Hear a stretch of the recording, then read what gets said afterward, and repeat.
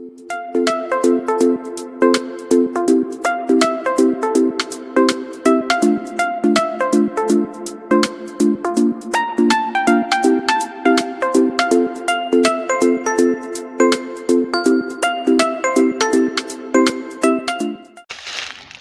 किसान मित्रों, channel you artist में आपका हार्दिक स्वागत है।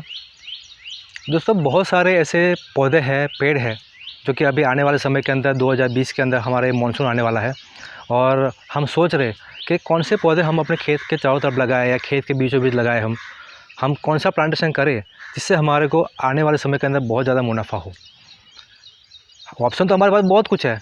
हम आम लगा सकते हैं, शीशम लगा सकते हैं, हम नीम लगा सकते हैं, लेकिन क्या वो सारे पौधे, क्या सारे वो पेड़ हमारे को उतनी आमदनी देके जा सकते हैं जितने कि कोई ऐसा पौधा है जो उतने ही समय के अंदर तैयार होता हो लेकिन वो उनसे ज़्यादा हमारे को मुनाफा दे। किसान होने के नाते दोस्तों, हमारे को ये जानना बहुत ही ज़रूरी हो जाता है कि हम ऐसे पौधे की हम चयन करें जो कि आने वाले समय के अंदर हमारी आमदनी को दुगना तिगना करे। तो ऐसा ही एक पेड़ है जिसका नाम है सागौन।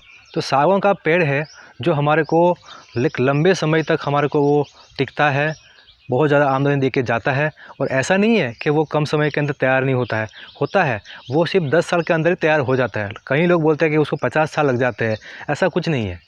50 साल पहले के ज़माने में लगता था, जो कि वो देसी सागौन हुआ करते थे, जो कि एक बार लगा दिया 4 साल बाद जाओ तो भी उतना ही मिलेगा, वो 10 साल बाद जाओ तभी उतना ही मिलता था। ऐसा नहीं है।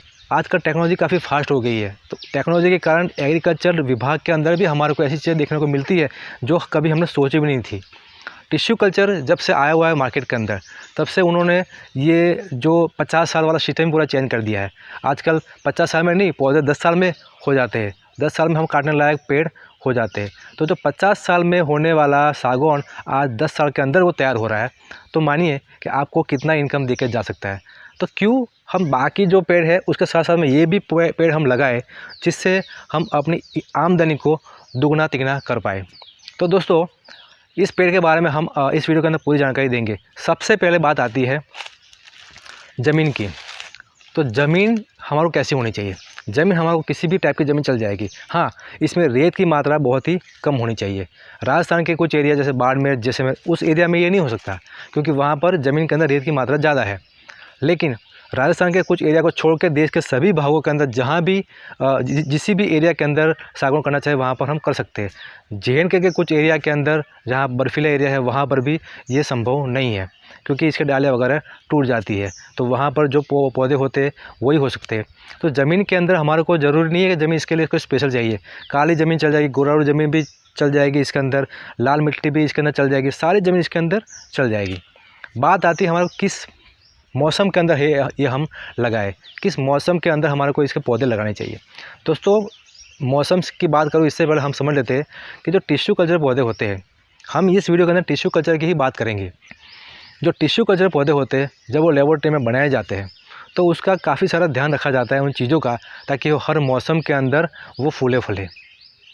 तो जब टिश्यू कल्चर पौधे हम अपने खेत में जब लेके आते हैं लगाने के लिए, तो हमारे को एक चीज़ का ध्यान हमेशा रखना पड़ता है। पहले तो उसकी प्राइस क्या है वो समझ लेते हैं। प्राइस दोस्तों यहाँ पर 40 रुपये से लेकर 100 रुपये तक का हमारे को वेरिएशन देखने को मिलता है। क्यों? इसीलिए क्योंकि एरिया के ऊपर डिपेंड है। जिस कंपनी से आप लेते हो वो शायद थोड़ी दूर होगी, वहाँ से आपके खेत तक आने में थोड़ा सा डिस्टेंस ज़्यादा होगा, तो आपको थोड़ा सा चार्ज ज़्यादा लगाएगा पौधे के ऊपर।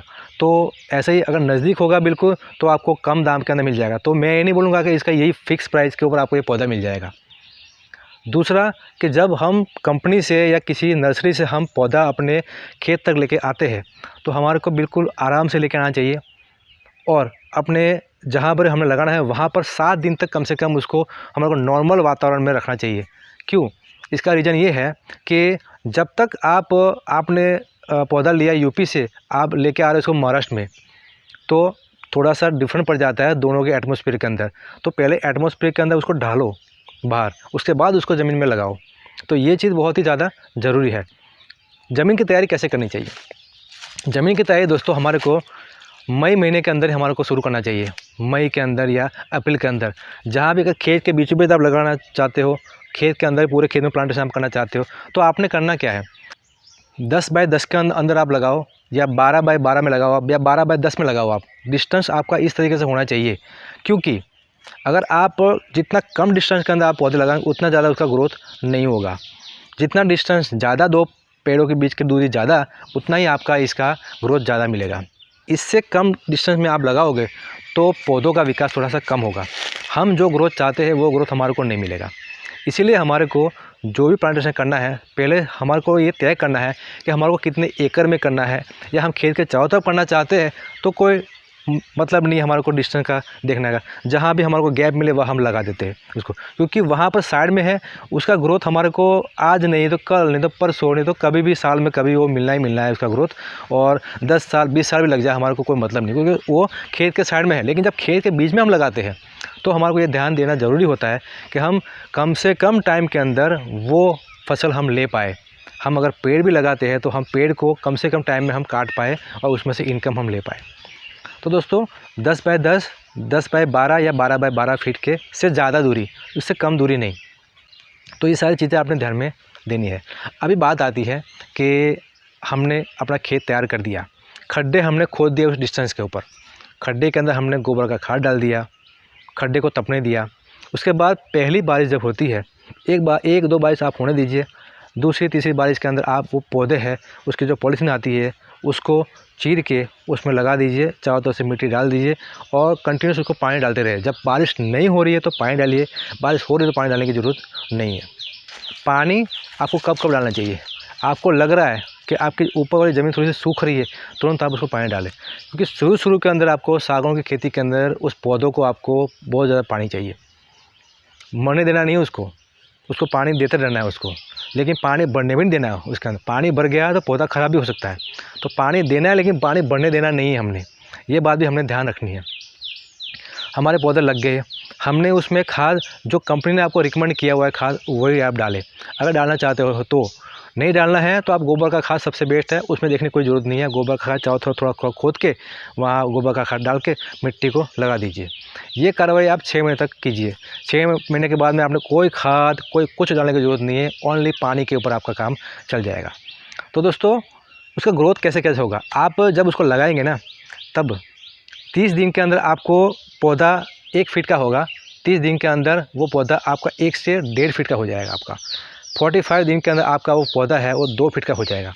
6 महीने के अंदर वो 6 फीट का हो जाएगा और 2 साल के अंदर आपका पौधा है वो 20 फीट पार कर जाएगा। हाँ, जल्दी से वो चौड़ा नहीं होगा, पहले अपनी वो हाइट पकड़ता है फिर वो चौड़ा होता है। सागौन की खेती के अंदर ये चीज़ बहुत इंपॉर्टेंट है। लोग क्या कहते हैं कि मेरे पौधा लंबा हो रहा है लेकिन मोटा नहीं हो रहा है।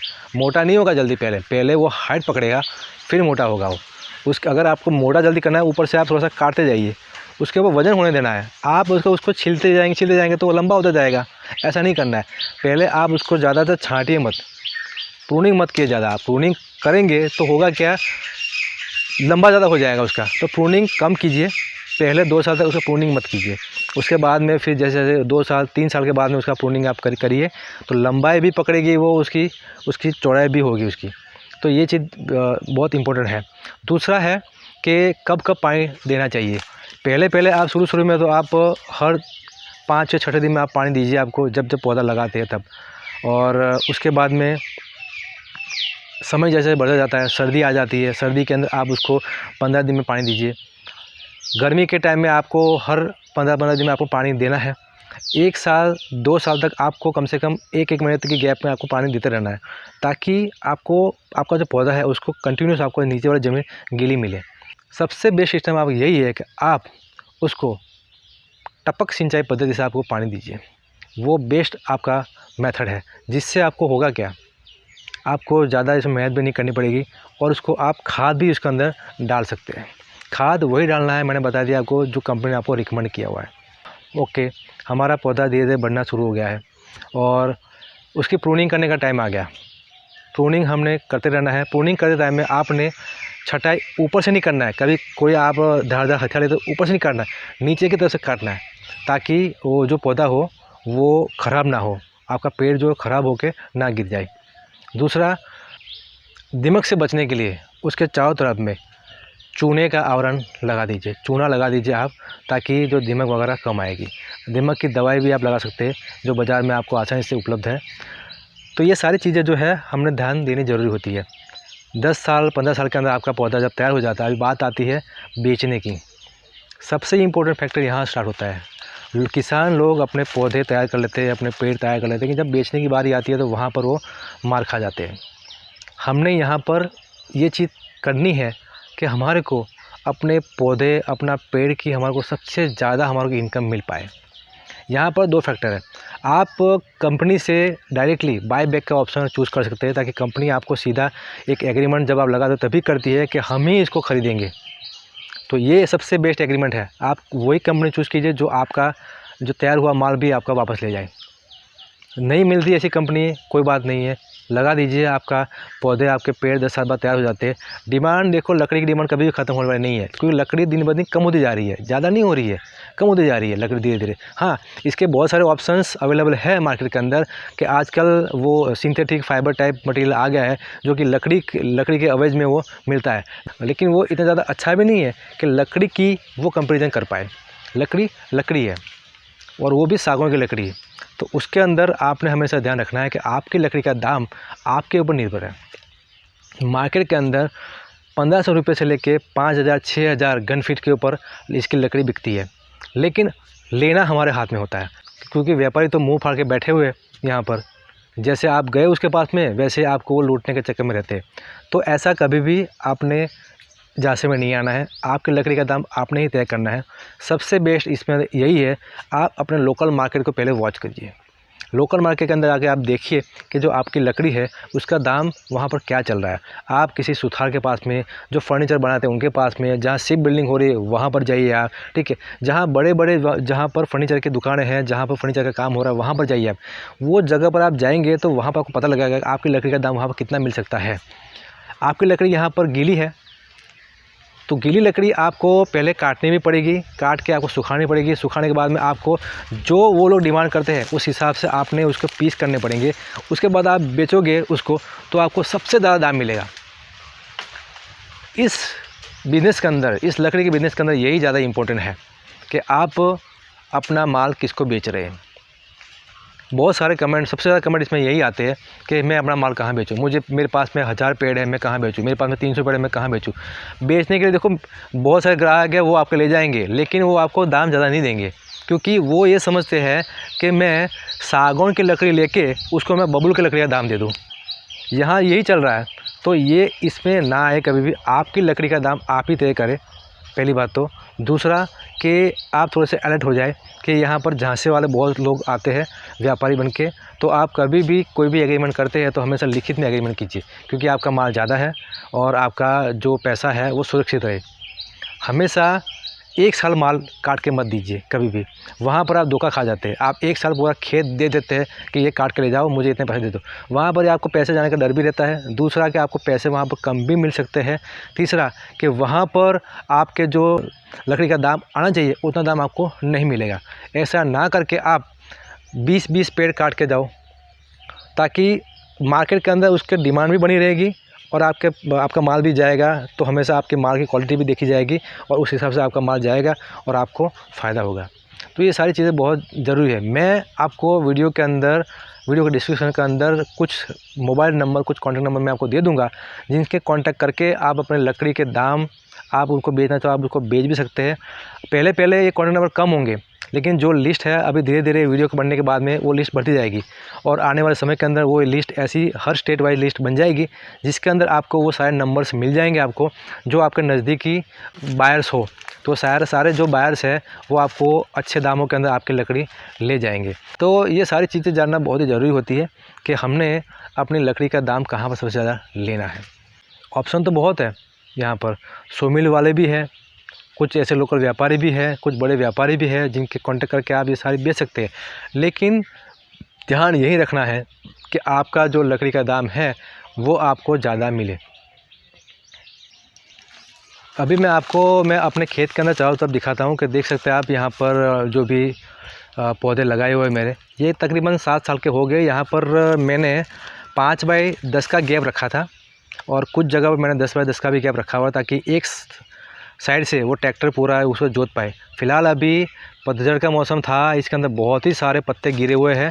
पत्ते ऐसे आपके गिरेंगे हमेशा, और पत्ते गिरेंगे तो उसका ही खाद बनेगा, और इसकी चिंता आपने नहीं करनी। आप पानी लगा दे रही है बस, वो पत्ते वापस ही सड़ जाएंगे और आपको वही खाद आपके सागौन के पेड़ों को आपको मिलता रहेगा। तो ये सारी चीज़ें आपने देखने की ज़रूरत नहीं है। पानी लगाते टाइम में आपने ये भी ध्यान रखना है कि पानी आप लगाते हो तो आप टपक सिंचाई पद्धति से पानी लगाएं। इसमें कुछ समय के अंदर आपको बीच में भी पानी लगाना ज़रूरी होता है, क्या ताकि आपके जो पेड़ है वो थोड़े ठंडे रहे। तो ये सारी चीज़ें जानना बहुत ही ज़रूरी है। ये जो सागौन का पेड़ है जिसका ग्रोथ हमारे को यहाँ पर 20 सेंटीमीटर से ज़्यादा मिला हुआ है, ये सागौन के जो खेत है उसके सबसे पीछे वाला भाग है। सबसे पीछे वाला भाग के अंदर ज़्यादा खाद आके इकट्ठा होती है, इसके कारण पीछे वाले जो पौधे होते हैं उसको ज़्यादा विकास हो जाता है। तो जो पीछे वाले भाग के अंदर 7 साल के अंदर आपको यहाँ पर 1 फीट का आपको यहाँ पर कम से कम ग्रोथ मिलता है। इसका डायमीटर 1 फीट का आपको मिलता है। तो ज़्यादा ज़रूरी ये है कि आप अगर ड्रिप इरिगेशन से लगाते हैं तो आपको ये चीज़ देखने को नहीं मिलेगी। आपको पीछे वाला जो पेड़ है वो मोटा मिलेगा और आगे वाला पेड़ है तो पतला मिलेगा, ऐसा आपको देखने को नहीं मिलेगा। अगर आप ड्रिप इरिगेशन करते हैं तो अगर आप नॉर्मल तरीके से पानी लगाते हो तो आपको वहाँ पर ग्रोथ के अंदर आपको थोड़ा सा वेरिएशन मिलेगा। आगे वाले पतले हो जाएंगे, पीछे वाले थोड़े मोटे हो जाएंगे। तो मैं यही आपको सजेस्ट करूंगा कि आप यहाँ पर ड्रिप इरिगेशन कीजिए। एक बार खर्चा ज़रूर होगा, लेकिन आपको 15 साल तक आपको देखने की ज़रूरत नहीं मिलेगी, और आपका जो पेड़ों का ग्रोथ है वो बिल्कुल ही ज़बरदस्त मिलेगा आपको। तो दोस्तों इस वीडियो के अंदर इतना ही। अगर आपको ये वीडियो पसंद आई, जानकारी पसंद है, प्लीज़ लाइक कीजिए, शेयर कीजिए हमारे चैनल को। Thanks for watching.